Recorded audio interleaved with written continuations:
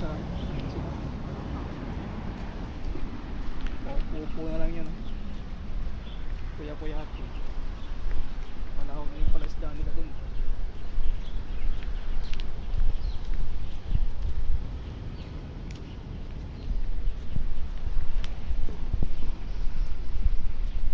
Dito kalakarin pala. Dali lang pala pumunta dito.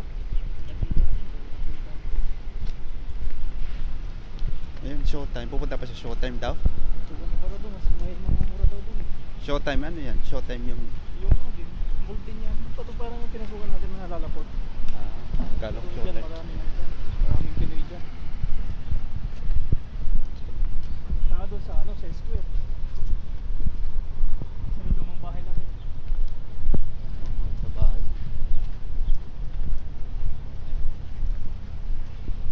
So, andito tayo sa Taichung.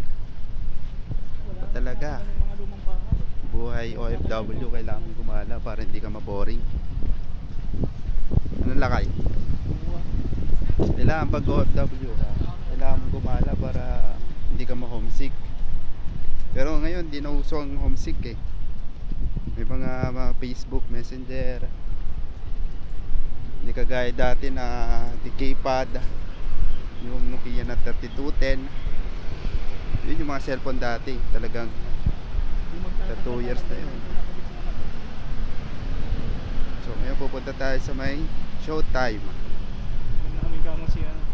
Yan, makikita Vice natin Ganda, dyan tsaka si si Bong Bong Navarro, si Vice Ganda.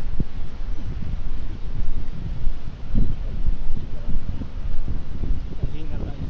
Mag-bike na lang ka tayo para mabilis. Yan, pwede tayong magnako ng bike dito kung gusto nyo. Hindi mo umuwi. Hindi mo yuyupal. Pwede tayong magnako ng bike dito. Sa may yoyo card ka. Yan. So, yung mga bike dito, ang gaganda no? Yan. Bike. Pero Pilipino tayo, mas pipili natin maglakad. Ganda ng bike nila dito. Showtime. Bako. Bunker. Doon sa may lilim eh.